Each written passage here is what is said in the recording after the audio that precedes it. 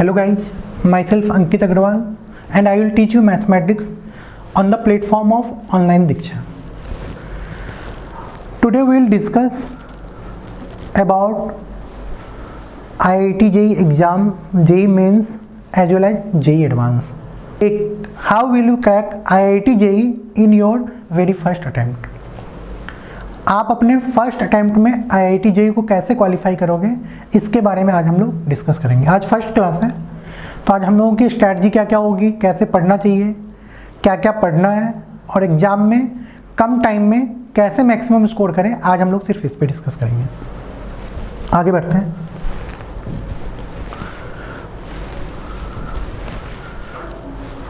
Full proof plan to crack IIT JEE in your very first attempt. Next, according to NTA, आपको मालूम होगा 2018 तक JEE mains के exam को CBSE conduct करवाते थे, बट 2019 से क्या हो गया, उस एग्ज़ाम को NTA कंडक्ट करवा रही है। NTA means national testing agency, जो इस पूरे एग्ज़ाम को कंडक्ट करवाती है। तो जनरली आप लोगों के दिमाग में होता है IIT JEE बहुत टफ एग्ज़ाम है, it is toughest exam of India, one of the toughest exam, but actual में ऐसा नहीं है। अगर आप सही से इसको एनालाइज करोगे तो पहले तो आप साइकोलॉजिकली स्ट्रांग हो जाओगे कि नहीं, एग्ज़ाम टफ नहीं है। अगर ऑनेस्टली प्रिपरेशन करा जाए तो आप इसको क्वालिफाई कर सकते हो, और जस्ट क्वालिफाई नहीं, अच्छे मार्क्स को स्कोर कर सकते हो। तो जो मेरा फर्स्ट क्लास है वो बस इसी पे बेस्ड है कि क्या करो आप, कि पहले तो आपके मन से डर निकले और फिर प्लानिंग कैसी होनी चाहिए पढ़ने की। तो सबसे पहले आपके दिमाग में ये आना चाहिए कि कितने बच्चे अपीयर होते हैं इस एग्ज़ाम के लिए, कितनी सीट्स है। बट वो बहुत मैटर नहीं करता, क्योंकि अपीयर होने से कुछ नहीं होता, कितने बच्चे ऐसे हैं जो सिंसियर हैं इस एग्ज़ाम के लिए। देखते हैं। तो जो NTA का डाटा है 2019 की बात करते हैं IIT की, टोटल नंबर ऑफ एप्लीकेंट्स जो बच्चे एग्ज़ाम में अपीयर हुए थे वो थे 11,47,000। तो इस फिगर को देख के डरना मत कि 11,47,000 बच्चे अपीयर हो रहे हैं, इस मीन्स एग्ज़ाम बहुत टफ है। इतने बच्चे तो अपीयर नहीं, सॉरी, इतने बच्चे तो ऐसे होते हैं जिन्होंने फॉर्म भरा होता है IIT का, लेकिन एग्जाम में जो अपीयर हुए थे 9,35,741, इतने बच्चे बीटेक और BE कोर्स के लिए अपीयर हुए थे एग्जाम में। और BArch एंड B प्लानिंग भी कोर्स होता है, इसमें 1,69,767 इतने स्टूडेंट्स आपके अपीयर हुए थे BArch and B planning course के लिए। तो टोटल इतने बच्चे जो आपके एग्जाम में अपीयर हुए थे, उसमें से सिलेक्शन जो हुआ था 7,97,000 स्टूडेंट्स फाइनली सिलेक्ट हुए थे इस एग्जाम में। सिलेक्ट मीन्स इनको IIT ने बोला था कि आपने JEE मेंस के एग्जाम को क्वालिफाई कर लिया। तो जो बच्चे JEE मेंस के एग्जाम को क्वालिफाई करते हैं उनको देखो क्या क्या फैसिलिटी मिलती है। तो ध्यान देना, इतने बच्चे अपीयर हो रहे हैं और इतने बच्चे क्वालिफाई कर रहे हैं, बट क्वालिफाई करके बहुत ज़्यादा बेनिफिट नहीं है जब तक कि आपकी रैंक अच्छी ना हो। नेक्स्ट है criteria for admission in NIT and other engineering college. तो अगर आपका 10th के बाद इंजीनियरिंग के कोर्स में एडमिशन लेने की प्लानिंग है तो फिर आपको ये सारी चीज़ें ध्यान से सुननी होंगी। अगर आपको NIT में एंड अदर इंजीनियरिंग कॉलेज में एडमिशन लेना है, NIT में एंड अदर इंजीनियरिंग कॉलेज में, तो सबसे पहले आपको candidate should qualify in JEE mains exam. आपको कैंडिडेट को JEE मेंस के एग्जाम को क्वालिफाई करना होगा, तब भी आप एडमिशन ले सकते हो, अदरवाइज आप एडमिशन नहीं ले सकते। Candidate must have secured at least 75% aggregate marks for general और OBC कैटेगरी। अब आप देखो आपकी कैटेगरी क्या है। अगर आप जनरल और OBC कैटेगरी के हो तो आपके 75% मार्क्स होने चाहिए, और अगर आप SC ST कैटेगरी के हो तो आपके 65% मार्क्स होने चाहिए। इतने मार्क्स हैं तब भी आपको NIT में एडमिशन मिलेगा, अदर इंजीनियरिंग कॉलेज में एडमिशन मिलेंगे। नेक्स्ट है criteria for admission in IIT। वो तो NIT था, हर स्टेट में एक NIT होता है, और अदर स्टेट लेवल के जो कॉलेजेज होते हैं उसका क्राइटेरिया वो था। अब बोलोगे सर IIT कॉलेज में एडमिशन चाहिए तो क्या क्राइटेरिया होनी चाहिए? तो IIT में एडमिशन की जो क्राइटेरिया है, candidate should qualify in JEE advance exam. तो अगर आपकी रैंक 2,40,000 के अंडर है तब तो आप JEE एडवांस के एग्जाम में अपीयर हो सकते हो, और अगर आपकी रैंक उससे कम है तो आप एडवांस में अपीयर नहीं हो सकते, कम रैंक है तो IIT एडवांस तो आप भूल जाओ, फिर आप दूसरे कॉलेजेस में ट्राई कर लो, NIT में भी आपका एडमिशन नहीं मिलेगा। Next, candidate should satisfy at least one of the following 2 criteria for admission into IIT। इन 2 में से कम एक क्राइटेरिया सेटिस्फाई करनी चाहिए। Must have secured at least 75% aggregate marks for general OBC and 65% aggregate marks for SC ST। ये ध्यान रखना आप, 75% marks general OBC category से होना चाहिए और 65% मार्क्स आपको क्लास 12th और इक्विवेलेंट बोर्ड एग्जाम में अगर आप SC ST कैटेगरी के हो तो आपके कम से कम इतने मार्क्स होने चाहिए। Must be with in top 20 percentile of successful candidate in their respective class 12 और इक्विवेलेंट बोर्ड एग्जाम।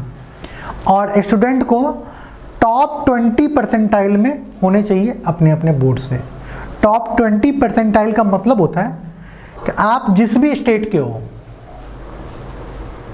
अगर आप मान लो बिहार स्टेट के हो तो बिहार बोर्ड में जितने बच्चे एग्जाम में अपियर हुए थे उनमें टॉप 20% में आपको होना है। अगर आप टॉप 20% में नहीं हो तो आपको IIT, और अगर आप एडवांस एग्जाम क्वालिफाई कर भी चुके हो तो भी आपको IIT में एडमिशन नहीं मिलेगा।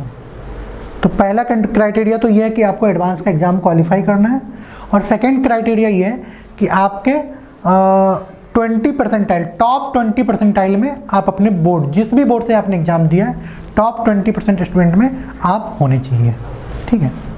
Next, according to NTA IIT JEE advance में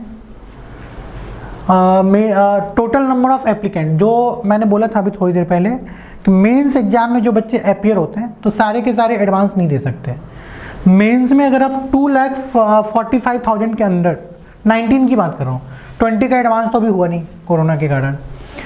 तो 2019 में क्या हुआ था कि 2,45,000 स्टूडेंट्स जो हैं इन्होंने ये IIT के लिए एप्लीकेबल थे। IIT वालों ने मेंस क्वालिफाई करने के बाद ये एलिजिबल थे एडवांस के एग्जाम में अपियर होने के लिए, बट सारे बच्चे अपियर नहीं हुए हैं। देखो ये IIT का थोड़ा टेरर है, नहीं मेंस हो गया, एडवांस मेरे बस का नहीं है।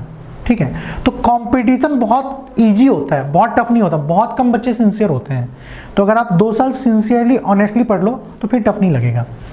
इतने बच्चे जो क्वालिफाई होते हैं, डिसक्वालीफाई वालों को तो छोड़ दो, जो क्वालिफाइड होते हैं इसमें से 1,61,319 स्टूडेंट ही थे जिन्होंने एग्जाम में अपियर, जो एग्जाम में अपियर हुए थे, जिन्होंने IIT JEE एडवांस का एग्जाम दिया था, वो बस इतने ही बच्चे थे।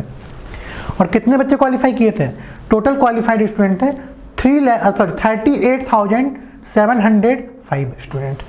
ये जो 38,705 स्टूडेंट थे IIT JEE एडवांस के एग्जाम को इन्होंने क्वालिफाई किया था, इतने बच्चों को रैंक मिली थी। जो इसके अंडर में नहीं आए वो एडवांस को क्वालिफाई नहीं कर पाए, डिसक्वालीफाई हो गए, फिर वो अब अदर स्टेट लेवल के एग्जाम कॉलेजेस या फिर NIT में एडमिशन के लिए एलिजिबल थे। लेकिन ये मत सोचना कि अगर आप 38,705 के अंडर आ गए तो आपको IIT में एडमिशन मिल जाएगा, नहीं, इतने स्टूडेंट थे जिन्होंने क्वालिफाई किया था। अब एक्चुअल में होता क्या है, जितने लोग क्वालिफाई करते हैं एडवांस के एग्जाम को, सबको कॉलेज में एडमिशन नहीं मिलता। वो शुरू से करते हैं, अप्रॉक्सीमेट 12 to 13,000 सीट्स होती हैं। तो शुरू के जो बच्चे एडमिशन लेते गए, सीट फुल होती गई, तो जहाँ पे लास्ट सीट फुल हो गई उसके बाद बोलते हैं कि नहीं, आपका सिलेक्शन तो हुआ था, आप क्वालिफाई तो किए थे, बट आपको IIT में एडमिशन नहीं मिलेगा, अब आप अदर कॉलेजेस को देख लो। ठीक है, फिर बोलोगे जैसे सर जब सीट ही कम थी तो इतने बच्चों का सिलेक्शन क्यों लिया, इतने बच्चों का रिजल्ट क्यों दिया, इतने बच्चों को क्वालिफाई क्यों किया गया? उतना ही क्वालिफाई करते जितनी सीटें थी। तो ज़्यादा बच्चों को क्वालिफाई इसलिए किया जाता है कि मान लो कि किसी बच्चे की रैंक अच्छी आ गई, जैसे अगर आपको ध्यान हो तो कुछ साल पहले से क्या हो रहा है, जो IIT के टॉपर्स होते हैं रैंक 1 रैंक 2, वो इंडिया में एडमिशन ना लेके बाहर फॉरेन वगैरह चले जाते हैं, USA वगैरह की कुछ यूनिवर्सिटी से बीटेक करने लगते हैं। एक तो ये बात हो जाती है। दूसरा क्या होता है कि जैसे कुछ होम सिकनेस होता है लोगों को, जैसे मान लो कोई स्टूडेंट्स है, उसने IIT का एग्ज़ाम क्वालिफाई किया और उसे मान लो कि IIT पटना में एडमिशन मिल रहा है, बट वो रहने वाला दिल्ली का है, तो बोलेगा नहीं मेरी रैंक अच्छी नहीं है, मुझे IIT पटना में एडमिशन मिल रहा है, तो रहने दो, मैं IIT में एडमिशन नहीं लेता, मैं दिल्ली कॉलेज ऑफ इंजीनियरिंग में एडमिशन ले लेता हूँ, या नियर बाई स्टेट के किसी इंजीनियरिंग कॉलेज में एडमिशन ले लेता हूँ NIT के थ्रू। इसी रैंक के थ्रू एनआईटी में एडमिशन ले लेता हूँ। तो इसलिए क्या करते हैं कि ये रैंक ज़्यादा निकालते हैं कि अगर मान लो कि ठीक है शुरू के कुछ बच्चों ने एडमिशन नहीं भी लिया तो वो सीटें खाली वैकेंट नहीं जानी चाहिए, जो बच्चे पीछे वाले वो ले लें, उनका सिलेक्शन हो जाए, वो उनका एडमिशन हो जाए, कॉलेज की सीट फुल हो जानी चाहिए। ठीक है, तो इस रैंक का बिल्कुल मतलब नहीं है कि आपका एडमिशन होगा, वो आपका लक है। आप ये मान के चलो कि 15,000 के अंदर रैंक है तब तो आपको आईआईटी कॉलेज में एडमिशन मिलेगा, और 15,000 के बाहर रैंक है तो एडमिशन के चांसेस बहुत कम है। ठीक है, नेक्स्ट है कि जेईई मेंस एग्जाम क्यों देते हैं हम लोग। तो मैंने पहले बतला दिया था बट फिर से एक बार देखते हैं। अगर आप जेईई मेंस एग्जाम दे रहे हो तभी आप आईआईटी जेईई एडवांस एग्जाम के लिए एलिजिबल हो। अगर आपको आईआईटी कॉलेज में एडमिशन चाहिए तो बिना जेईई मेंस का एग्जाम दिए आप एडवांस एग्जाम के लिए एलिजिबल नहीं होगे, और बिना एडवांस का एग्जाम क्वालिफाई किए आपको एडमिशन नहीं मिलेगा। तो जेईई मेंस का एग्जाम देने का जो लॉजिक है, रीजन है, वो फर्स्ट रीजन यही है कि आप आईआईटी जेईई एडवांस एग्जाम के लिए एलिजिबल हो गए। ठीक है, फिर जेईई मेंस का एग्जाम अगर आप देते हो और क्वालिफाई करते हो तो आपको एनआईटी में एडमिशन मिल सकता है, स्टेट इंजीनियरिंग कॉलेज में एडमिशन मिल सकता है, गवर्नमेंट एडेड इंजीनियरिंग कॉलेज में एडमिशन मिल सकता है। तो इनमें एडमिशन के लिए आपको जेईई मेंस में अपीयर होना ही पड़ेगा। तो इसलिए मैंने स्टार्टिंग में ही बोला था कि अगर आपका एम किसी इंजीनियरिंग कॉलेज से बीटेक करने का है, इंजीनियरिंग कॉलेज में एडमिशन लेने का है, तो फिर आपको जेईई मेंस के एग्जाम में अपीयर होना होगा। ठीक है, नेक्स्ट, नंबर ऑफ अटेम्प्ट्स। ये कन्फ्यूजन रहता है बहुत सारे लोगों के दिमाग में कि कितनी बार हम लोग जेईई मेंस का एग्जाम दे सकते हैं, कितनी बार हम लोग जेईई एडवांस का एग्जाम दे सकते हैं। ठीक है, तो देखो कितनी बार से मतलब नहीं है। अगर आप चाहते हो कि आपका सिलेक्शन हो और अच्छे रैंक के साथ सिलेक्शन हो तो बेस्ट होता है कि फर्स्ट अटेम्प्ट में ही सिलेक्शन लो। ठीक है, जितने भी टॉपर्स होते हैं टॉप 100 में भी आप देखोगे तो मैक्सिमम बच्चे ऐसे होते हैं जो फ्रेशर होते हैं, 11-12 के साथ ही आईआईटी जेईई एग्जाम को क्वालिफाई करते हैं। तो दिमाग में ये रहता है कि आईआईटी बहुत टफ है, नहीं होगा 11-12 के साथ, पहले बोर्ड कर लेते हैं, 12th में अच्छे मार्क्स आ जाएंगे, फिर सोचेंगे आईआईटी की तैयारी कैसे करनी है, फिर दिमाग लगाएंगे आईआईटी के लिए। बट ये पुराना ट्रेंड है, अब ये ट्रेंड नहीं चलता। पहले क्या था कि लोग 5-5, 6-6 साल तक एग्जाम देते रहते थे। 12th कर लिया, 2-3 साल फिर फिजिक्स पढ़ रहे हैं, फिर 2 साल केमिस्ट्री पढ़ रहे हैं, फिर 2 साल मैथ्स पढ़ रहे हैं, फिर आईआईटी दे रहे हैं। वो बहुत पुराना ट्रेंड था, अब वो ट्रेंड नहीं रहा। अब जो बच्चे होते हैं वो बस 12th किया, 12th के साथ आईआईटी एग्जाम को क्वालिफाई किया और कॉलेज में एडमिशन ले लिया।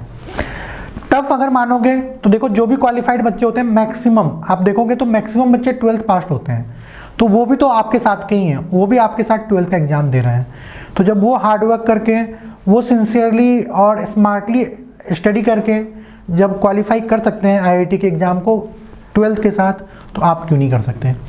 और शुरू में ही सोच लो कि नहीं मेरे साथ नहीं होगा 12th के साथ, पहले बोर्ड करते हैं, तो फिर बोर्ड के बाद भी नहीं होगा।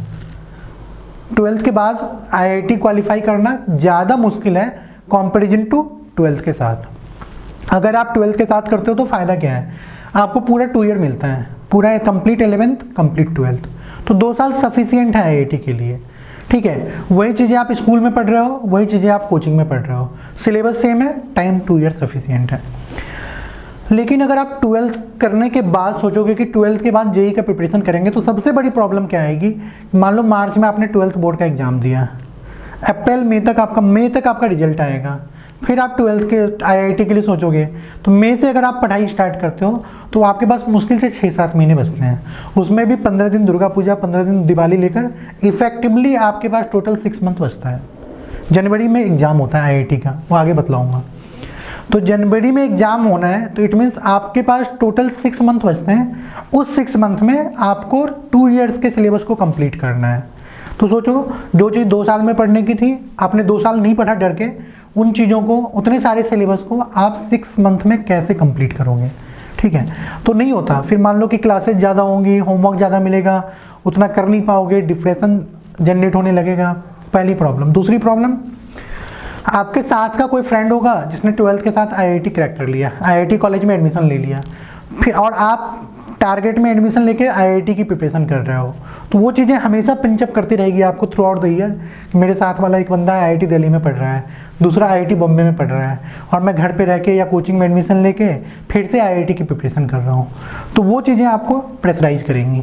तीसरी प्रॉब्लम क्या आएगी, घर वालों का जो प्रेशर होता है वो बढ़ जाता है। जैसे 11-12 में अगर आप पढ़ रहे हो तो घर वाले उतने प्रेशराइज नहीं करते हैं, ठीक है पढ़ो, 12th के बाद देखते हैं क्या करते हो। लेकिन 12th के बाद फिर से आप उसी चीज़ के लिए पढ़ते हो, उसी चीज़ की पढ़ाई फिर से कर रहे हो, तो घर वालों को दोबारा पैसा देना पड़ता है, एक्सपेक्टेशन, डर लगता है कि पता नहीं अब इस बार तो नहीं हुआ है IIT में, फिर से अगली साल नहीं होगा तो क्या करोगे। तो काफ़ी सारी चीज़ें होती हैं जिसमें आप पजल हो जाते हो, बहुत कम टाइम, इतना सिलेबस, इतना प्रेशर, कंपैरिजन होना शुरू हो जाता है। वो आपके साथ वाला वो कर गया, आपके मामा का बेटा वो कर गया, आपके फूफा का बेटा वो कर गया, और आप क्या कर रहे हो, अभी तक कुछ नहीं कर रहे हो। तो वो चीज़ें पता है टॉर्चर करती रहेंगी, उससे आपके पढ़ाई पे इफेक्ट पड़ेगा। तो सच बता रहा हूँ कि IIT JEE फर्स्ट अटेम्प्ट में 12th के साथ क्वालिफाई करना ज़्यादा आसान है कंपैरिजन टू टारगेट में। एक साल ड्रॉप करके क्वालिफाई करना वो मुश्किल है, ठीक है। तो फिर भी बतला देता हूँ अटेम्प्ट्स कितने होते हैं। एक जो स्टूडेंट है वो मैक्सिमम 3 अटेम्प्ट्स ले सकता है इसके IIT के लिए, JEE मेंस के लिए, एडवांस के लिए नहीं, maximum 3 attempt for JEE mains. अब if student pass class 10th, ये ध्यान रखना 12th से मतलब नहीं होता, क्लास 10th एग्जाम। अब जो स्टूडेंट 2020 में 10th का एग्जाम पास कर रहा है, देन ही और she can appear for JEE main exam in 2022, 2023 and 2024 continue. अब ये नहीं कि आपने 10th दिया 20 में, फिर सोचो कि एक साल गैप कर देते हैं, 12th देंगे 23 में, तो वहाँ से 3 अटेम्प्ट काउंट होगा, ऐसा नहीं है। 10th से काउंट होगा। अगर आपने क्लास 10th 20 में दिया है तो आप 22 में ही फर्स्ट अटेम्प्ट दे सकते हो। मान लो आपने 22 में एग्जाम नहीं दिया, इट मीन्स आपका एक अटेम्प्ट गया, आपने एक अटेम्प्ट को लूज कर दिया, फिर आप 2 ही बार एग्जाम दोगे। मान लो आपने 23 में भी एग्जाम नहीं दिया, तो अब आपका दोनों अटेम्प्ट गया, दोनों अटेम्प्ट, अब आप एक ही बार एग्जाम दे सकते हो, ठीक है। तो ये बहुत अच्छे से ध्यान रखना कि आपके पास 3 अटेम्प्ट तो है, बट वो 3 अटेम्प्ट क्लास 10th के ईयर से काउंट होगा। जिस बार आपने 10th दिया है उसके 2 साल के बाद फर्स्ट टाइम आप JEE मेंस दे सकते हो, उसके नेक्स्ट ईयर सेकेंड टाइम, उसके next year third time. Next आ जाओ number of attempt for JEE advance exam. तो मेन से मैंने बताया था थोड़ी देर पहले कि आप NIT में एडमिशन ले सकते हो और स्टेट इंजीनियरिंग कॉलेज में एडमिशन ले सकते हो। IIT में एडमिशन के लिए आपको JEE एडवांस के एग्जाम को क्वालिफाई करना है। तो JEE एडवांस में सिर्फ 2 अटेम्प्ट्स हैं, ये ध्यान। Candidate can take maximum 2 attempts for JEE advance. अब 2 अटेम्प्ट्स का फिर से वही मतलब है कि ये नहीं कि अभी आपने 20 में आपने 10th दिया है तो 2 साल गैप करके 12th दो, ऐसा नहीं। If student pass class 10th exam in 2020 then he और she can appear for JEE advance exam in 2022 and 2023। बस। अब जो आपके दिमाग में होता है ना, पहले 12th कर लेते हैं फिर IIT के बारे में सोचेंगे। तो अगर आपने 12th पे फोकस किया, IIT की प्रिपरेशन नहीं की, अगर आपका एम IIT है तो, नहीं है तब तो कोई बात नहीं है। अगर आपका एम IIT है और आपने 12th के साथ IIT नहीं दिया तो आपका एक अटेम्प्ट गया। अब आप सिर्फ एक अटेम्प्ट दे सकते हो। अब आप सोचो कितना प्रेशर होगा कि 2 साल जिसके लिए टाइम था, जिस एग्जाम के लिए आपने वहाँ उस पर फोकस नहीं किया, अब 6 मंथ के बाद फिर से एग्जाम है, कैसे आप 6 मंथ में 2 इयर्स का कोर्स करोगे। तो ये और फिर प्रेशर भी रहेगा। यहाँ पे तो थोड़ा सा फ्री रहता है आदमी कि ठीक है इस बार देते हैं, बेस्ट एफर्ट लगाते हैं, हो गया तो वेल एंड गुड, नहीं हुआ तो फिर अगली साल और मेहनत करके फिर कर लेंगे। लेकिन अगर आपने यहाँ पे अटेम्प्ट ही नहीं किया तो यहाँ पे आपके पास बहुत ज़्यादा प्रेशर हो जाएगा कि एक ही अटेम्प्ट है, मतलब इसके बाद तो अटेम्प्ट है ही नहीं, तो इस बार नहीं हुआ तो फिर मैं लाइफ में कभी IIT का एग्ज़ाम दे ही नहीं सकता, मेरा IIT में एडमिशन हो ही नहीं सकता। इसलिए मैंने बोला था यहाँ पे ज़्यादा प्रेशर होता है, यहाँ पे आप फुल्ली एग्जाम को क्वालिफाई कर सकते हो। नेक्स्ट है top most engineering colleges in India. Numbers वो शुरू में मैंने बताया था कौन कौन से अच्छे कॉलेज हैं, उसका कितना नंबर है, ये सब मैटर नहीं करता, मैटर तो करता है कि आप कितनी पढ़ाई करते हो। Top most engineering college, total number of IIT 23 है, हम लोग के टाइम पे तो काफ़ी कम था, 7-8। टोटल नंबर ऑफ NIT 31 है और total number of triple IIT ये 25 है। अब कट ऑफ, अब यही चीज़ मैं शुरू में बोला था कि आपके दिमाग में होता है कि बहुत टफ एग्जाम है, बहुत टफ एग्जाम नहीं है। अगर आप देखो कट ऑफ मार्क्स को, कितने मार्क्स चाहिए सिलेक्शन के लिए, तो हम लोग 2019 की बात करते हैं, 360 मार्क्स का एग्जाम हुआ था, जो IIT का एग्जाम हुआ था वो 360 मार्क्स का हुआ था। आपको 74 to 89 मार्क्स चाहिए था आउट ऑफ 360 मार्क्स। 74 to 89 का मतलब ये है कि अगर आपको मालूम हो तो 2018 तक एक ही पेपर होता था जेई मेंस का। 19 से इन्होंने क्या कर दिया कि 8 सेट में पेपर होने लगे हैं, बच्चे ज़्यादा हो गए थे, एग्ज़ाम को ऑनलाइन कर दिया, तो इन्होंने 8 सेट कर दिया। ठीक है, इस बार भी 20 में भी मेंस में 8 सेट में एग्ज़ाम हुआ था। तो हर पेपर का कट ऑफ अलग जाता है, वो डिपेंड करता है। मान लो कोई पेपर इजी आ गया तो उसका कट ऑफ थोड़ा ज़्यादा हो जाता है, कोई पेपर टफ आ गया तो उसका कट ऑफ कम हो जाता है। तो जनरल कैटेगरी के लिए 360 में 74 to 89 मार्क्स चाहिए था। 2.4 लाख में 2.45 लाख में आने के लिए 2.45 लाख में आने के लिए स्टूडेंट्स को 74 मार्क्स चाहिए आउट ऑफ 360। बोलोगे सही, तो बहुत कम मार्क्स हैं, इसका मतलब पेपर बहुत टफ होता होगा। पेपर टफ नहीं होता। अगर पेपर टफ होता तो जो टॉपर्स होते हैं, जो रैंक 1 होता है, उसके 360 में 360 मार्क्स आते हैं। ठीक है, अब आप कंपेयर करके देख लो कि आप अपने स्टेट बोर्ड में या सीबीएसई बोर्ड में 100% मार्क्स ला सकते हो क्या? नहीं, बोर्ड में 100% मार्क्स लाना बहुत टफ है। टॉपर्स को भी 100% मार्क्स तो नहीं आते हैं, बट आईआईटी में टॉपर को 100% मार्क्स आ रहे हैं, 360 आउट ऑफ 360। और कट ऑफ कितना जा रहा है? 2.45 लाख में आने के लिए 74 मार्क्स चाहिए ओनली। और ऑनेस्टली बतला रहा हूँ कि अगर कोई स्टूडेंट्स एनसीईआरटी कंप्लीट कर ले तीनों सब्जेक्ट का, फिजिक्स, केमिस्ट्री, मैथ्स, तो एनसीईआरटी का मतलब आप लोगों के दिमाग में होता है एक्सरसाइज, नहीं, ऐसा नहीं है। एनसीईआरटी का मतलब होता है क्वेश्चन, एक्सरसाइज के सारे क्वेश्चंस, सॉल्व्ड एग्जाम्पल के सारे क्वेश्चंस, मिसलेनियस के सारे क्वेश्चंस और एग्जाम्पलर प्रॉब्लम के सारे क्वेश्चंस। अब जाके आपकी एनसीईआरटी कंप्लीट हुई। अगर कोई स्टूडेंट इतना कर लेता है तो उसे 250 मार्क्स लाने से कोई नहीं रोक सकता था 2019 तक। 2020 से पैटर्न थोड़ा चेंज हुआ है, वो मैं आगे डिस्कस करूंगा। ठीक है, अगर आप ओबीसी कैटेगरी के हो तो आपके 44 to 74 मार्क्स आ गए तो आपका सिलेक्शन हो जाएगा जेई मेंस में। अगर आप एससी हो तो 29 to 54। देखो, पेपर टफ आ गया तो मार्क्स कम होता जा रहा है, और पेपर इजी आ गया तो कट ऑफ मार्क्स बढ़ जाता है। 360 में 29 मार्क्स चाहिए और किसी बंदे के 360 में 360 भी आ रहा है। अगर आप एसटी हो तो 24 to 44, इतने मार्क्स अगर आपके आ जाते हैं तो आप 2.4 लाख में आ जाते हो आउट ऑफ 9 लाख 10 लाख जो भी बच्चे अपीयर हुए थे।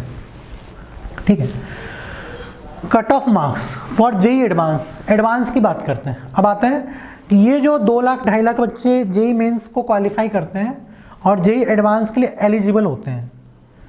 ठीक है, तो उनके मार्क्स आईआईटी में सिलेक्शन के लिए कितने मार्क्स चाहिए? जो आपका 36,000 स्टूडेंट जो क्वालिफाई करते हैं अप्रॉक्स, उनके मार्क्स देखो। अगर आप जनरल कैटेगरी के थे तो 126 मार्क्स आउट ऑफ 366 मार्क्स में 126 मार्क्स जिस स्टूडेंट्स के आ गए, समझो वो आईआईटी जेई क्वालिफाई कर गया अगर वो जनरल कैटेगरी का है। 19 की बात बतला रहा हूँ, अभी रिसेंटली 20 का एग्जाम तो अभी हुआ भी नहीं है। ओबीसी की बात करो, देखो कितना कम मार्क्स हो गया, 64 out of 360 OBC category. SC 52 out of 366, sorry यहाँ पे भी 366, और एसटी 52 आउट ऑफ 366। इतने कम मार्क्स पे भी लोगों को आईआईटी कॉलेज में आईआईटी एडवांस में सिलेक्शन हो रहा है। थोड़ा सा मार्क्स और 5-10 बढ़ जाए तो आपको एडमिशन भी मिल जाएगा। फिर से यहाँ पे दिमाग में आएगा कि बहुत कम मार्क्स हैं, पेपर टफ होता होगा, ऐसा नहीं है। जो टॉपर्स होते हैं उसके अप्रॉक्सीमेट 350 मार्क्स आ जाते हैं, ऑल इंडिया में 350 मार्क्स रैंक 1 के, तो काफ़ी मार्क्स आते हैं, पेपर टफ नहीं होता। प्लानिंग के साथ पढ़ोगे तो सिलेक्शन हो जाएगा, कट ऑफ काफ़ी कम जाता है, इसका आइडिया आपको लग गया होगा। नेक्स्ट है, अब हम लोग आते हैं मैथ्स, क्योंकि मैं तो आप लोग को मैथ्स ही पढ़ाऊंगा। तो मैथ्स की प्लानिंग करते हैं कि मैथ्स में आप क्या करो कि आपको मेंस में, अब ध्यान देना, 90+ मार्क्स, तो 360 मार्क्स का मैंने बोला था जेई मेंस होता है, तो it means 120 maths, 120 physics, 120 chemistry, but ऐसा 2019 तक होता था। 2020 में ऐसा नहीं होता। 2020 में क्या हो गया कि मैथ्स का एग्जाम जो होगा आपका वो 100 मार्क्स का होगा, फिजिक्स आपका 100 मार्क्स का होगा, केमिस्ट्री आपका 100 मार्क्स का होगा। ठीक है, तो टोटल 300 मार्क्स का एग्जाम होता है इस बार से, सॉरी टोटल 300 मार्क्स का एग्जाम है 2020 से जेई मेंस में। 100 फिजिक्स, 100 केमिस्ट्री, 100 मैथ्स।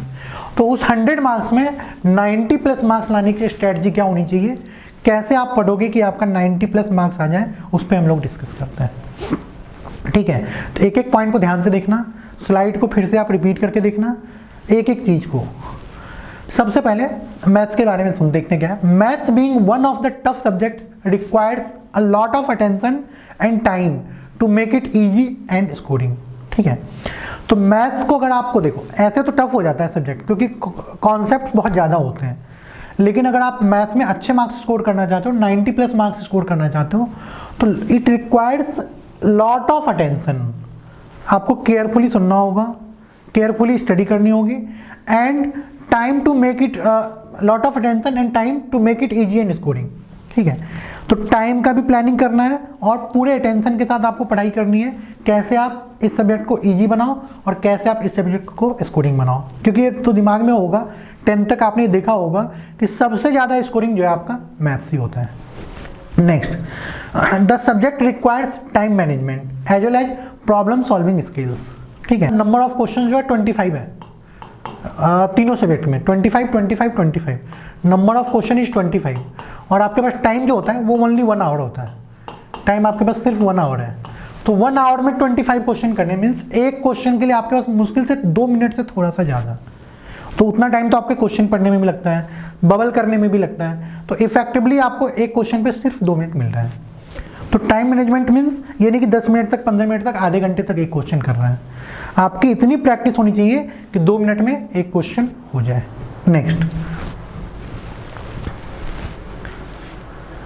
नेक्स्ट है, according to past year analysis the exam was comparatively tough and the cut off marks for mathematics was high. तो लास्ट ईयर से 2-3 साल से देखा जा रहा है कि मैथ्स का पेपर जो होता है कॉन्सेप्चुअली थोड़ा सा टफ कर रहा है।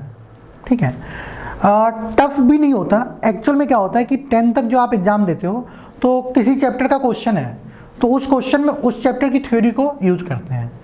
बट अब आपको 11th-12th में क्या प्रॉब्लम होगी कि जैसे मान लो कि आपने क्वाड्रेटिक इक्वेशन पढ़ा, वो तो 10th में पढ़ा होगा, तो चैप्टर का नाम आपको मालूम होगा। अरिथमेटिक प्रोग्रेशन आपने 10th में पढ़ा है, 11th में भी पढ़ना है, तो एक ही क्वेश्चन ऐसा आएगा जिसमें आधा कॉन्सेप्ट अरिथमेटिक प्रोग्रेशन का हो और क्वाड्रेटिक इक्वेशन का भी यूज हो रहा है, मल्टी कॉन्सेप्चुअल क्वेश्चन। ठीक है, nowadays it is not so easy for an average student to secure a good rank without a proper strategy and more importantly proper guidelines. तो अगर आपको प्रॉपर गाइडलाइंस नहीं मिलता, अगर आप प्रॉपर स्ट्रेटजी के साथ नहीं पढ़ते, तो एवरेज स्टूडेंट के लिए मैथ्स में अच्छे मार्क्स स्कोर करना आसान नहीं है। ठीक है, तो आपको प्रॉपर स्ट्रेटजी बनानी होगी पढ़ने के लिए, और गाइडलाइंस में अच्छे टीचर के पास आपको जाना होगा। ये नहीं कि मतलब चले गए, पता चला कि सिलेबस टाइम पे कंप्लीट नहीं हुआ, 2 चैप्टर में 6 महीने लगा दिए, बाकी 5-6 महीने में पूरा बचा हुआ सारा सिलेबस कंप्लीट कर लिया, तो वो सारी स्ट्रेटजी गलत होती है। पूरी प्रॉपर स्ट्रेटजी के साथ और सही गाइडलाइंस के साथ अगर प्रिपरेशन करोगे तो आपके सिलेक्शन को कोई नहीं रोक सकता। नेक्स्ट है द मैथमेटिक्स। हाँ, अभी मैंने थोड़ी देर पहले बतलाया भी था आपको, मैथमेटिक्स सेक्शन, मैथमेटिक्स नहीं मीन्स तीनों सेक्शन, चाहे फिजिक्स हो, चाहे केमिस्ट्री हो, चाहे मैथमेटिक्स हो। This section has 25 question. 2019 तक 30 क्वेश्चन होते थे, लेकिन 2020 से इन्होंने क्या कर दिया है कि 25 क्वेश्चन होते हैं total, out of which 20 question जो होता है ऑब्जेक्टिव। टोटल 25 है, इसमें से 20 क्वेश्चन ऐसे हैं जो objective multiple choice question with single correct option. 4 option होंगे, उसमें से कोई एक ऑप्शन सही होगा। अगर आपने सही कर दिया तो आपको 4 मार्क्स फुल मार्क्स मिल जाएंगे। तो 25 क्वेश्चन 100 मार्क्स, एक क्वेश्चन पे 4 मार्क्स होता है। लेकिन अगर आपने रॉन्ग कर दिया तो एंड 1/4 नेगेटिव मार्किंग। ये ध्यान देना, मान लो आपने क्वेश्चन को सही कर दिया, आंसर सी है, सी आपने टिक कर दिया तो आपके 4 मार्क्स मिल गए, और अगर आपने डी टिक कर दिया तो आपका 1/4 मार्क्स नेगेटिव हो जाएगा, मीन्स -1, और अगर आपने छोड़ दिया तो 0 मार्क, फिर आपको कोई मार्क्स कटेगा भी नहीं और कोई मार्क मिलेगा भी नहीं। एंड 5 क्वेश्चन जो होते हैं, ये तो 20 क्वेश्चन है, आउट ऑफ 25 5 क्वेश्चन ऐसे भी होते हैं जो इंटीजर टाइप होता है, सब्जेक्टिव क्वेश्चन, उसके आंसर इंटीजर में हो सकते हैं। मान लो 5 होगा, 9 होगा, 325 होगा। ठीक है, और syllabus for JEE mains mathematics is all the topics from 11th and 12th NCERT books. तो मैंने थोड़ी देर पहले एनसीईआरटी वर्ड को यूज भी किया था। जो भी एनसीईआरटी के चैप्टर्स हैं वही आपका जेईई मेंस का सिलेबस है, पूरी एनसीईआरटी 11th एंड 12th। तो एनसीईआरटी का मतलब मैंने थोड़ी देर पहले क्या बताया था, उसको बार बार रिपीट करना। एक्सरसाइज के क्वेश्चंस, मिसलेनियस के क्वेश्चंस, सॉल्व एग्जाम्पल के क्वेश्चंस एंड एग्जाम्पलर प्रॉब्लम्स। एक बुक और आती है, एक तो आपकी एनसीईआरटी की बेसिक बुक हो जाएगी और दूसरी एग्जाम्पलर प्रॉब्लम। इतना कर लो तो आपके 90+ मार्क्स कोई नहीं रोक सकता, लेकिन हाँ इतना ऑनेस्टली करना है आपको। नेक्स्ट है for a task to score 100 marks. 100 तो ज़्यादा लिख दिया इन्होंने, but 90+ marks in JEE mains maths need speed and accuracy both. वो मैंने थोड़ी देर पहले ही बताया था, स्पीड चाहिए। अगर आपके पास स्पीड नहीं है, ठीक है, आपको क्वेश्चन 25 पे 25 आते हैं और एक क्वेश्चन में मान लो आपने 4 to 5 मिनट लगा दिया और आपके पास टोटल टाइम है 60 मिनट, ठीक है, तो आप 10-12 क्वेश्चन अटेम्प्ट करोगे, पता चला आपका टाइम कंप्लीट हो गया, ठीक है। तो आपको स्पीड तो चाहिए ही चाहिए। स्पीड आएगी कैसे, तो जितनी ज़्यादा प्रैक्टिस करोगे उतनी बेटर आपकी स्पीड हो जाएगी। एंड एक्यूरेसी, ये ध्यान रखना, ये बहुत बहुत इंपॉर्टेंट है। एक्यूरेसी का मतलब होता है कोई भी प्लस माइनस की छोटी मोटी मिस्टेक नहीं होनी चाहिए। नहीं तो ऐसा नहीं कि एग्जाम में लग रहा है आपको मैंने सही कर दिया, बाहर आके अरे यार ये क्या हो गया, ये प्लस की जगह पे मैंने माइनस कर दिया, डिवाइड करना था मैंने मल्टीप्लाई कर दिया, ठीक है। तो आता हुआ क्वेश्चन तो कभी रॉन्ग होना ही नहीं चाहिए, ठीक है। तो एक्यूरेसी कैसे आएगा, और कोई भी परफेक्ट नहीं होता, ठीक है, और मिस्टेक सबसे होते हैं। तो जब आप फर्स्ट एग्जाम दोगे 10th के बाद, जैसे भी हम लोग की जब मैं क्लासेज स्टार्ट करूँगा, फिर जो टॉपिक कंप्लीट होंगे तो उसके एग्जाम भी लूँगा। तो जब आप फर्स्ट एग्जाम लोगे तो आप खुद फील करोगे कि जितना नॉलेज आपको है उतना आप स्कोर नहीं कर पा रहे हो। मान लो 25 क्वेश्चन है और 15 क्वेश्चन ऐसे हैं जो आपको आते हैं, लेकिन ये पक्की बात है 15 आते हैं बट आप 15 स्कोर नहीं कर पाओगे। आप 8, 9, 10 कर लिया तो बहुत है, ठीक है। तो बोलोगे सर क्या करें कि 15 में 15 स्कोर हो जाए, जो मुझे आता है उतना तो स्कोर होना चाहिए। तो उसको टाइम टू टाइम आएगा, वो टाइम के साथ ही आएगा। फर्स्ट एग्जाम में मान लो 15 में 8 सही हुए जो आपको आते थे, फिर उसको 10 करना है, उसको 12 करना है। वो एग्जामिनेशन के बारे में हम लोग बतलाएंगे आगे कि कैसे आपको एग्जामिनेशन टेम्परामेंट डेवलप करना है और कैसे आपको एक्यूरेसी को मैक्सिमाइज करते हुए जितना ज़्यादा से ज़्यादा आप स्कोर कर सकते हो वो करना बाद में बतलाएंगे। वो धीरे धीरे टाइम के साथ आएगा, कोई परफेक्ट नहीं होता और स्टार्टिंग में सबसे मिस्टेक होती है। तो उसके लिए आपको टाइम मिलेगा, 2 साल काफ़ी होता है। धीरे धीरे आप 5-6 महीने में आप एक्सपर्ट हो जाओगे, फिर आपकी एक्यूरेसी बहुत अच्छी हो जाएगी। Next, you need to be an expert in mathematics with a good strategy. वो तो है ही, subject expert means subject knowledge काफ़ी डेप्थ में होनी चाहिए, ठीक है। नेक्स्ट क्या है, for maths the experts and professors who set the question paper amazingly play with the mind of a student by not making it hard but tricky. ये ध्यान देना, अब जो पिछले 3-4 साल से जो प्रोफेसर और एक्सपर्ट जो क्वेश्चन सेट करते हैं वो सब्जेक्ट वो क्या करते हैं, पेपर को हार्ड नहीं बनाते हैं, not making it hard but tricky, ठीक है। तो पेपर देखने में लगेगा क्वेश्चन टफ है बट वो टफ नहीं होता, तो थोड़ा सा ट्रिकी होता है। तो वो सब चीज़ें आपको पता चलेगी जितने ज़्यादा असाइनमेंट्स आप सॉल्व करो। हर चैप्टर के साथ आपको असाइनमेंट्स मिलेगा, टेस्ट होगा, तो काफ़ी क्वेश्चंस ऐसे आएंगे जो देख के लगेगा टफ है पर ट्रिकी होता है। मुश्किल से 15 से 20 सेकेंड में आप कर सकते हो, ठीक है। Math also play a vital role in physics because calculus. अब आगे जब हम लोग देखेंगे मैथ में क्या क्या पढ़ना है, तो मैथ में हम लोग को 4 चीज़ें पढ़नी होती हैं, algebra, coordinate geometry, trigonometry and calculus, ठीक है। तो मैथ्स का एक मेजर पार्ट है कैलकुलस। तो जो कैलकुलस है वो आपको is directly use their and physics में। तो जो आप फिजिक्स पढ़ोगे, क्योंकि आप अगर आपको आईआईटी क्वालिफाई करना है तो मैथ्स के साथ फिजिक्स एंड केमिस्ट्री भी पढ़नी है। तो जो आप फिजिक्स पढ़ते हो उसमें कैलकुलस काफ़ी ज़्यादा यूज होता है, ठीक है। तो अगर आपका कैलकुलस स्ट्रांग नहीं है तो फिजिक्स में थ्रू आउट 2 ईयर्स आपको फिजिक्स में प्रॉब्लम होती रहेंगी। तो ये जो कैलकुलस वाला पोर्शन है ये आपको काफ़ी हेल्पफुल हो जाता है आपके फिजिक्स के लिए।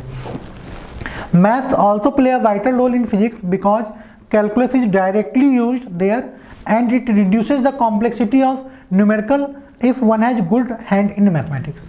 तो अगर आपका मैथ अच्छा है तो फिजिक्स के न्यूमेरिकल में आपको काफ़ी हेल्प मिलेगा, काफ़ी कम टाइम में फिजिक्स के भी न्यूमेरिकल कर पाओगे, केमिस्ट्री में भी आपको हेल्प मिलेगा अगर आपका मैथ्स अच्छा है तो मैथ्स तो कंपलसरी है कि आपका अच्छा होना ही चाहिए, स्ट्रांग होना ही चाहिए। नेक्स्ट है keeping in the mind the trend of previous years paper, all topics had been equally covered but slight more importance given to algebra, calculus and coordinate geometry. ये ध्यान देना, पुराना ट्रेंड क्या था, 90s की बात करते हैं, उस टाइम तक आप लोगों का बर्थ भी नहीं हुआ होगा। पहले ट्रेंड क्या था कि आईआईटी का पेपर टफ होता था और क्वेश्चंस काफ़ी कम आते थे, 10 क्वेश्चन आते थे, 8-10 क्वेश्चन आते थे। तो उसमें क्या करना है कि पहले लोग कंप्लीट सिलेबस करके नहीं जाते थे, उस 10 क्वेश्चन में 4 क्वेश्चन सेलेक्ट कर लो, 5 क्वेश्चन कर लिया तो आप इंडिया में रैंक 1 आ गए, 2 क्वेश्चन कर लिया तो आपका आईआईटी में सिलेक्शन हो गया। 90s की बात बता रहा हूँ। बट अब वो ट्रेंड नहीं है। पहले क्या था कि लोग पूरे सिलेबस को नहीं पढ़ते थे, 10 में कोई 2 कर दो तो सिलेक्शन हो गया, तो कुछ पर्टिकुलर टॉपिक्स को, पर्टिकुलर पार्ट्स को ही पढ़ के जाते थे। मैं इतना ही पढ़ के जाता हूँ, 10 में 2 ही 3 तो करने हैं। बट अब ऐसा नहीं है। अब आपको क्या करना है कि प्रीवियस ईयर पेपर से जो एनालिसिस किया गया है, आपको has been covered, equally covered, ध्यान देना कि keeping in mind the trend of previous years question paper, all topics, जितने भी टॉपिक्स हैं हैड बीन इक्वली कवर्ड। आपको एक भी चैप्टर छोड़ना नहीं है, कंप्लीट सिलेबस करके जाना है। क्योंकि पता नहीं, देखो पेपर जो होता है ना, उसमें कुछ पार्ट तो टफ होता है, कुछ पार्ट इजी होता है और मैक्सिमम पार्ट एवरेज होता है। तो मान लो कोई टॉपिक आपका स्ट्रांग है, आपको लग रहा है कि नहीं बहुत अच्छा मेरा टॉपिक है, कॉन्फिडेंट हो आप, बट उससे टफ क्वेश्चन आ गया तो नहीं कर पाओगे। कुछ चैप्टर्स आपको लग रहा है कि नहीं ये टफ है, मेरे से नहीं होगा, छोड़ के चले गए, और पता चला उससे जो क्वेश्चन आया बहुत इजी आ गया, तो बाकी बच्चे कर लिए और आप नहीं कर पाए। तो अब ऐसा नहीं है, अगर आपको सिलेक्शन चाहिए तो आपको कंप्लीट सिलेबस करके जाना होगा, ठीक है। इसमें क्या है कि आप but slight more importance given to algebra, algebra को आपको ज़्यादा इंपॉर्टेंस देना है। अलजेब्रा आपने 10th में पढ़ा भी होता है, तो इससे आप फैमिलियर होते हो, ठीक है। कैलकुलस ये आपके लिए न्यू होता है, 10th तक आप कैलकुलस नहीं पढ़ते, बट बहुत इंपॉर्टेंट है, तो इसको आपको वेटेज ज़्यादा देना होगा। आईआईटी मेंस वाले तो उतना नहीं, बट एडवांस वाले बहुत वेट देते हैं कैलकुलस को, और फिजिक्स में तो बहुत ज़्यादा इंपॉर्टेंस है ही, मैंने बताया था थोड़ी देर पहले। और कोऑर्डिनेट ज्योमेट्री, ये भी बहुत स्कोरिंग है, ये सबसे इजी पार्ट है, इजीएस्ट पोर्शन ऑफ मैथ्स है, इजीएस्ट बट स्कोरिंग, इजी है बट स्कोरिंग है। ये जो आपका मैथ कोऑर्डिनेट ज्योमेट्री है, ये सबसे इजी पार्ट है मैथ्स का और सबसे स्कोरिंग पार्ट है, तो इसको तो बिल्कुल नहीं छोड़ सकते।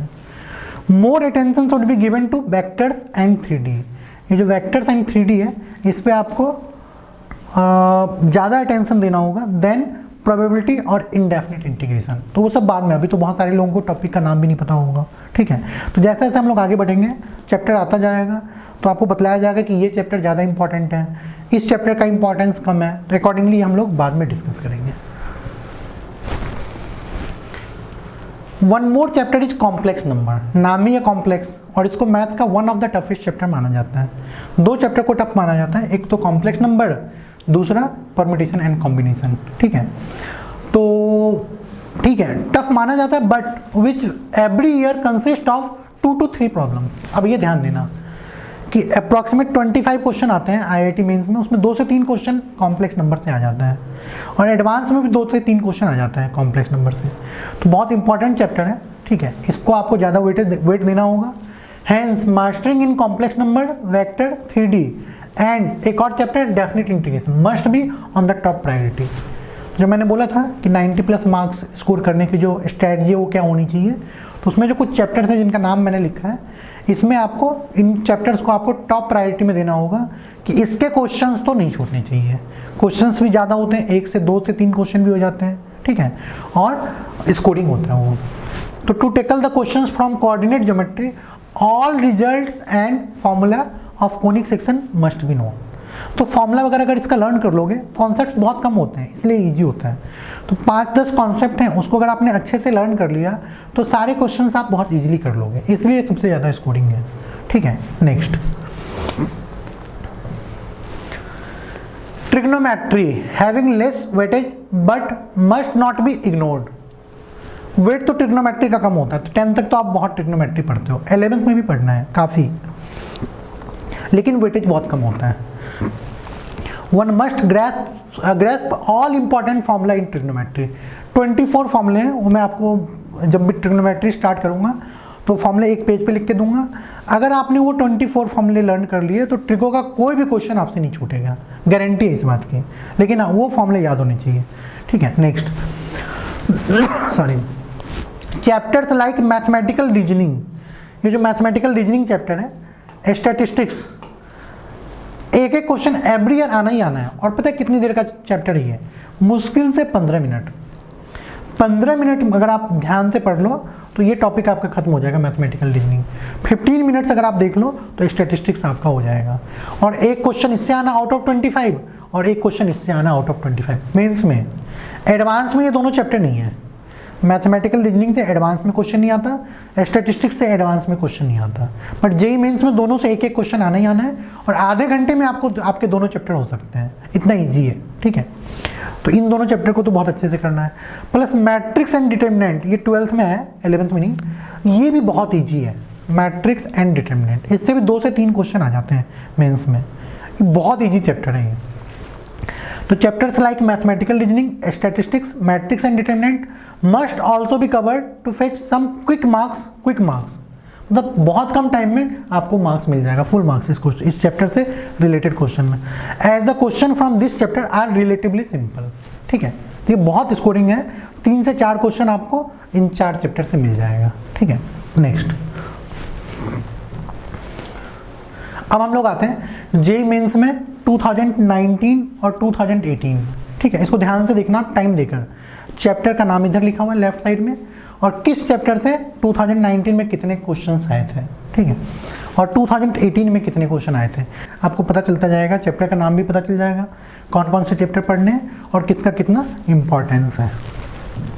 आगे देखो, sequences series, matrices and determinants, statistics and probability, trigonometry, mathematical reasoning जो भी बोल रहा था, कोऑर्डिनेट ज्योमेट्री। देखो अब आप 5 क्वेश्चन होते हैं आउट ऑफ 25, अप्रॉक्सीमेट 5 क्वेश्चन होते हैं आपके कोऑर्डिनेट ज्योमेट्री से, जो कि बहुत इजी होता है। तो अगर आप सही से प्लानिंग करके करो ना तो 25 क्वेश्चन में 20 क्वेश्चन तो कोई रोक ही नहीं सकता सही होने से, ठीक है। बट सही से स्ट्रैटेजी के साथ प्लानिंग करो और सही गाइडलाइंस में। लिमिट, कॉन्टिन्यूटी, डिफरेंशियबिलिटी से 2-2 क्वेश्चन है। नेक्स्ट, कैलकुलस जो हम लोग डिस्कस कर रहे थे, तो इंटीग्रल कैलकुलस, इंटीग्रेशन जो है 2-2 क्वेश्चन एवरी ईयर आ रहा है। डिफरेंशियल इक्वेशन से 1 क्वेश्चन, 3 डायमेंशन ज्योमेट्री से 2-2 क्वेश्चन, वेक्टर से 1, एप्लीकेशन ऑफ डेरिवेटिव से कभी 2 कभी 3 भी आ जाता है, कभी 1 भी आ जाता है, ठीक है। तो ये आपका 2018 और 19 का पेपर का एनालिसिस था। अब देखो जेईई मेन 2020, तो इसमें काफ़ी पेपर हुए थे, बट हम लोगों ने सिर्फ 2 पेपर को लेकर एनालिसिस किया है 2020 में। देखो, सेट, रिलेशन एंड फंक्शन से 1 क्वेश्चन आया था 7 जनवरी वाले एग्जाम में, और 9 जनवरी वाले एग्जाम में क्वेश्चन नहीं आया था। तो ये भी आप ध्यान से देखना कि किस चैप्टर से कितने क्वेश्चन आते हैं। इससे आपको, ये 20 का है, पहले 18 और 19 का था, तो 3 इयर्स का पेपर एनालिसिस है मेंस का, तो आप ध्यान देना, आपको वेटेज पता चलेगा। नेक्स्ट, ट्रिग्नोमेट्री, देख रहे हो, ट्रिग्नोमेट्री से 1 क्वेश्चन आता है, 2 आ जाए तो बहुत है, जबकि ट्रिग्नोमेट्री में सिलेबस काफ़ी ज़्यादा है, 3 चैप्टर्स हैं। और मैथमेटिकल रीजनिंग 15 मिनट का चैप्टर है और 1 क्वेश्चन आना ही आना, चाहे कोई भी पेपर हो, ठीक है। तो देखना, आप हर साल का वेटेज अलग है, तो अकॉर्डिंगली आप इसको एनालाइज करना। बुक, अब बोलोगे सर बुक कौन सी फॉलो करें, तो देखो आपके पास एक्चुअल में उतना टाइम होगा नहीं, हम लोग आपको कंप्लीट असाइनमेंट्स देंगे हर चैप्टर से, टेस्ट पेपर होगा, तो असाइनमेंट और टेस्ट पेपर मिला के approximate 250 to 300 questions every chapter से आपको मिलेंगे। और एक चैप्टर से क्वेश्चन कितना आना है, मैक्सिमम 2, कोई भी एग्जाम हो 1 या 2 तो काफ़ी है। आप ऑनेस्टली जो हमारा असाइनमेंट है उसी को फॉलो करो, कुछ और करने की जरूरत नहीं है। लेकिन फिर भी अगर आपको लगता है कि नहीं मुझे कुछ और करना है और मेरे पास टाइम भी है, टाइम आपके पास बचेगा नहीं, बट फिर भी अगर आपको लगता है आपके पास टाइम है तो आप देखो एनसीईआरटी तो आपको फॉलो करना ही करना है। सबसे पहले बेसिक बुक है, बिल्कुल बेसिक, और हम लोग पढ़ेंगे भी तो सबसे पहले एनसीईआरटी को ही कंप्लीट करेंगे, चाहे चैप्टर कोई सा भी हो। बाकी प्रीवियस ईयर आईआईटी के क्वेश्चंस दीक्षा का ले लेना, इसमें एरर थोड़ा कम होता है, तो ये दोनों बुक तो सबके पास होनी चाहिए। तो अगर आपके पास टाइम बचता है तब ये बुक लेना, ये दोनों तो कंपलसरी है, ये दोनों बुक आपकी कंपलसरी है, ये आपको लेना ही लेना है, ठीक है। लेकिन ये आपका चॉइस है, टाइम बचता है तो लो, अदरवाइज जरूरत नहीं है। नेक्स्ट अब आप आ जाओ कि देखो आपको पढ़ना क्या क्या है। तो जो 2 इयर्स के स्टूडेंट हो, उनका mathematics lecture plan for class 11th। तो इतने 16 चैप्टर्स हैं। 16 चैप्टर में सबसे पहले आपको पढ़ाया जाएगा बेसिक मैथमेटिक्स, ठीक है। तो जैसे आप 10th करके आए हो, 11th का लेवल थोड़ा सा हाई हो जाता है 10th के रिस्पेक्ट में। तो सीधे अगर हम लोग आपको 11th के चैप्टर्स पढ़ाने लगे तो आप कंफ्यूज हो जाओगे, टफ लगेगा, डिप्रेस हो जाओगे। तो हम लोग क्या करेंगे, शुरू में जो 20 लेक्चर्स होंगे आपके वो बेसिक मैथमेटिक्स के होंगे। बेसिक मैथमेटिक्स में क्या क्या पढ़ना है वो मैं अगले स्लाइड में डिस्कस करूँगा, ठीक है। तो बेसिक मैथमेटिक्स के 20 लेक्चर्स हैं। बाकी इतने चैप्टर्स हैं, set theory, quadratic equation and expression, इसमें 8 लेक्चर होगा। Sequence series 8 lecture. Binomial theorem पढ़ना है आपको, permutation combination, straight line, circle, conic section. Conic section में 3 चैप्टर्स होते हैं, पैराबोला, इलिप्स एंड हाइपरबोला। फिर कॉम्प्लेक्स नंबर, देन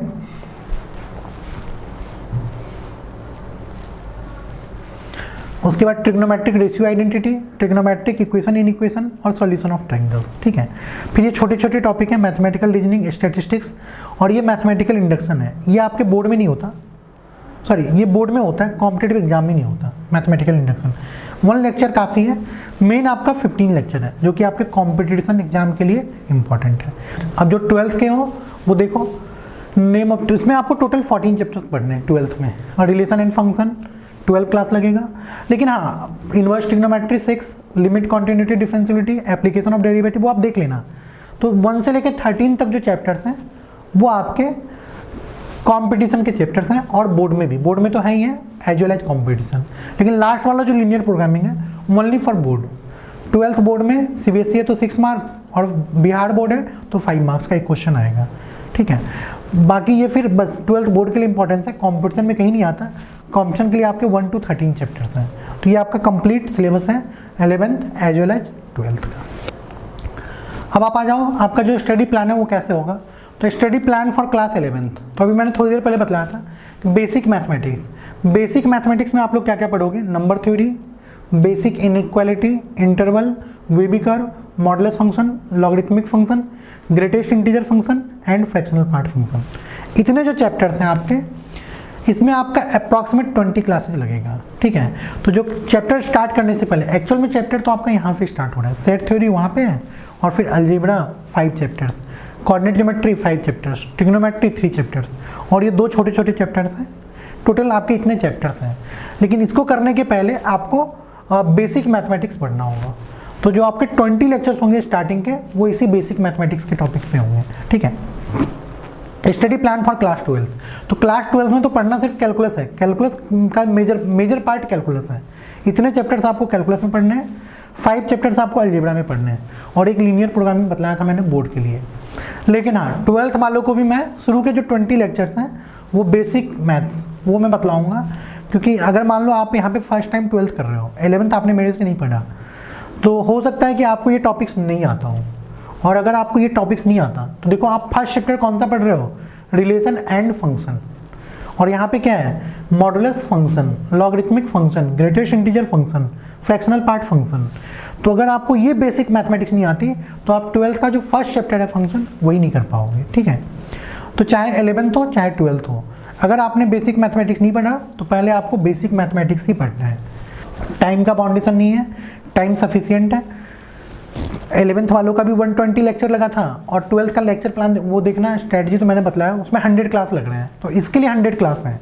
तो अगर आप इस 20 को ऐड कर लो तो 12th वालों के लिए भी 120 लेक्चर सफिशिएंट है basic math and complete syllabus को कवर करने के लिए, ठीक है। अगर आप सिलेक्शन चाहते हो तो बस ऑनेस्टली अपने टीचर को आंख बंद करके फॉलो करो। जो आपके टीचर्स हैं वो खुद तो IITian हैं ही, प्लस साथ के साथ उन्होंने कई सारे बच्चों को IIT क्वालिफाई भी करवाया है, ठीक है। तो आपको अपना एक्सपेरिमेंट नहीं करना, अपना दिमाग नहीं लगाना, किसी और की बात नहीं सुननी। अगर आप यहाँ पे एडमिशन ले रहे हो तो कहीं ना कहीं आपको अपने टीचर पे फेथ है, तभी आप एडमिशन ले रहे हो। तो अगर फेथ है तो फिर आप उसको कंटिन्यू करो, उस फेथ को मेंटेन रखो। फेथ का मतलब होता है जो मैंने बोला वही करना है, जो मैंने बोला नहीं करना वो नहीं करना। कि कोई कुछ बोले ये बुक पढ़ लो वो बुक पढ़ लो, मैंने मना कर दिया तो आपको नहीं पढ़ना, पहली बात। और दूसरी बात, जो मैंने बोला पढ़ना है वो आपको एनी हाउ करके आना है। मैंने बोल दिया ये 40 क्वेश्चंस आपको करके आने हैं, तो ये मत सोचना है कि सर ने 40 क्वेश्चन कैसे दे दिया, इतना तो नहीं होगा। होगा, अगर नहीं होता तो सर देते ही नहीं होमवर्क। और देखना आप में से कुछ बच्चे ऐसे होंगे जो उस 40 क्वेश्चंस को करके आएंगे।